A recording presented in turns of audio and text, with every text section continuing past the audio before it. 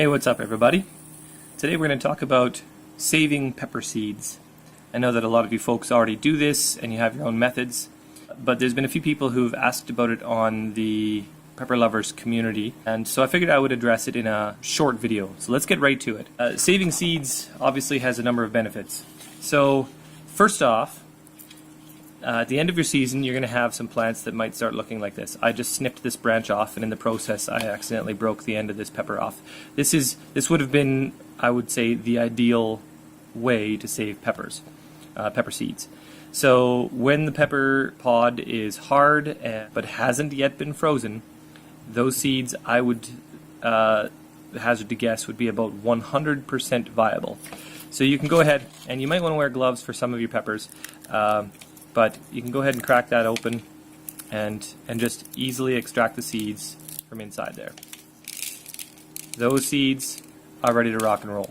So you can go ahead and, if they're dry like this, then you can just go ahead and put them in a sealable container of some kind, and I'll address the different kinds of containers at the end of the video here. So for now, I'm just going to go ahead and write down on here.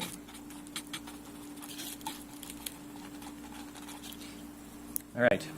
So next, this pod is still soft.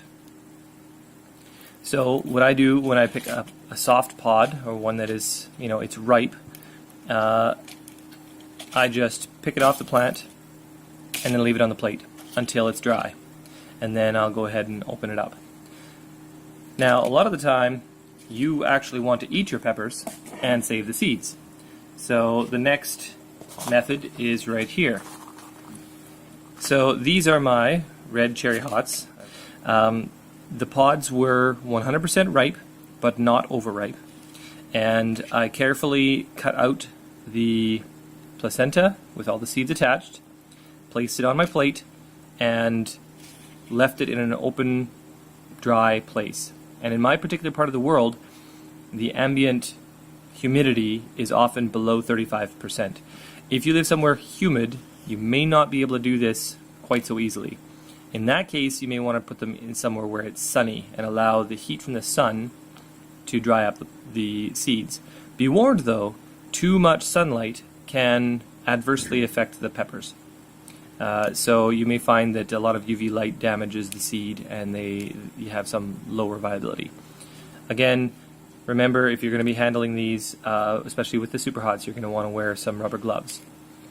Just to protect yourself. It doesn't harm the seeds.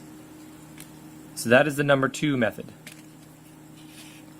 And as you can see, I have quite a number of pods that I'm doing that with.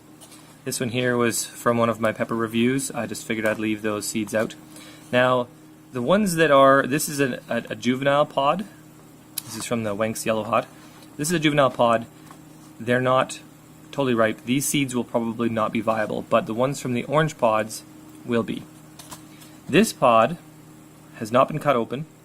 It's not fully ripe, so I'm going to leave this on the plate, and it should ripen up. I'll put this somewhere where it won't dry up too quickly, so that it should give it some time to ripen up.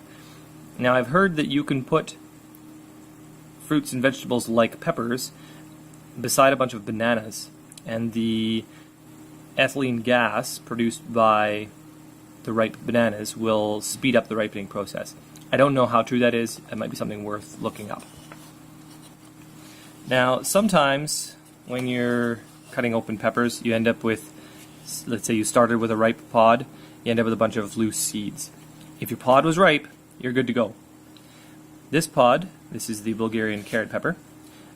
This was ripe and ready to eat, but it was about the right size and shape to save seeds from. It was a good pod, so I decided to just leave it out. So it ripened up further. It sort of started to turn a bit brown. The skin is soft but leathery. So it's still going through its process. We're going to leave that one on the plate as it is. Now, something that some of our fellow members, most notably Kang Star, like to save only the seeds for the pods they really like. So here's a great example where I'm going to follow their example. So these pods, the ones where you see all the seeds here, these were actually a nice big juicy pod. This one, it's kind of a runt. so I'm not going to save the seeds from this pod. You certainly can, and chances are pretty good that you're still going to end up with decent peppers. They're not all going to be small like this, but you stand a better chance of getting good pods if you use the seeds from a good pod. So if you see a particular shape that you like, if you have a particular color that you like, if you get a particular heat or flavor that you like out of a pepper, then it stands to reason you should save the seeds to those pods more than the other ones. I'm not as strict as some of my peers are, but this is a great example. I will not save seeds from that. This one's got a little bit of everything. These are my red Fresnos. All of the seeds that I have on this plate came from pods from my overwintered plants. So there's an interesting feature here. My overwintered plants, I struggled with a lot of them. They all got treated about the same. They all were exposed to the same pests and the same adverse conditions. And these are the pods that came from the plants that survived. That tells me those plants are a little bit more hardy than some of the other ones. So this pod comes from one of my hardier ones. Yes, it's a bit smaller than the pods I usually like, but I'm willing to forgive a smaller pod if it means the plant can take some seriously adverse conditions, because, as I've mentioned on some of my other comments and things, I like to consider myself a lazy gardener. I don't want to stress myself out. And here's an example of separating out the different kinds of pods. So, I have here squat orange Scotch bonnet and boring red Scotch bonnet. So, both of the pods came from the same plant or the same batch of original parent seeds. So here's an example of where I'm going to separate them out. Now I don't know that the orange squat Scotch bonnets weren't just unripe, but that plant that produced the orange squat ones has more orange squat ones on it, and they aren't turning red. Meanwhile, a couple of plants over, I've got one producing red Scotch bonnets. And by boring, they don't have the funky bonnet shape. These ones are kind of round and boring. So I'm keeping those separate, and I'm going to put them into containers separately. So once in a while I'll be somewhere not at home, and I'll want to save the seeds from some peppers. So that's how I got these buchalokias. I was at work, we had some buchalokias, I was making my coworkers eat them, and we had some seeds from some really nice pods. So I grabbed a clean paper towel and wrapped them up in that. And then I placed it on my windowsill at home once I got home. And this is also an excellent way to save seeds. So if you don't have the paper plates or you don't have any other convenient place to put them, the paper towel method works quite nicely. Just make sure you label it, obviously, and put them somewhere where they're not going to get disturbed, because it's really easy for them to, spill out and make a big mess. So let's talk about the containers. So first of all, a perennial favorite is the old Ziploc bag. So they offer benefit of obviously being easy to get a hold of. You can buy lots of them for cheap. They don't have to be this gigantic size. I don't have a whole lot of tiny ones right now. So the downside of these is they are extremely well sealed. Now, at first you might think, well, that must mean you're going to keep stuff out. It's going to keep bacteria or whatever from interfering and yada, yada, yada. The problem is, if the seeds you have are even remotely wet, then they will mold. So if you're going to put them in a Ziploc bag, I recommend tossing in something that will absorb the moisture. You don't want it to dry them out completely. That's another whole thing I'll talk about in a minute.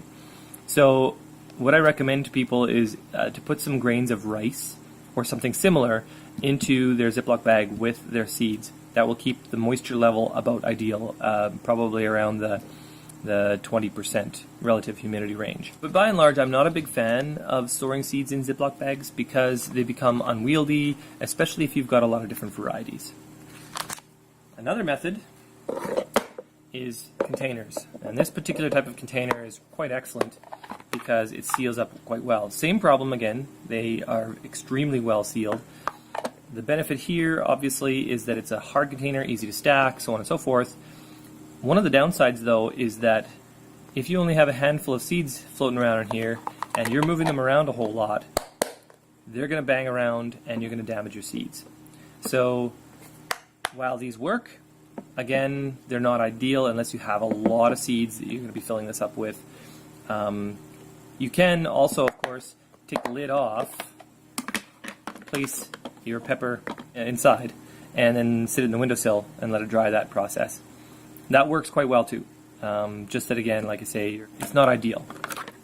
I've got here these plastic test tubes that I got from Jesus Rosario, one of our awesome members on the Google Plus Pepper Lovers community. And there's this one here, which is quite a bit smaller. So at first you might think, well, this is ideal because it's small. The downside is, if you have even 5 or 6 of these peppers to save, you're going to fill this bad boy right up right away. So I prefer the larger test tubes. And these were fairly inexpensive.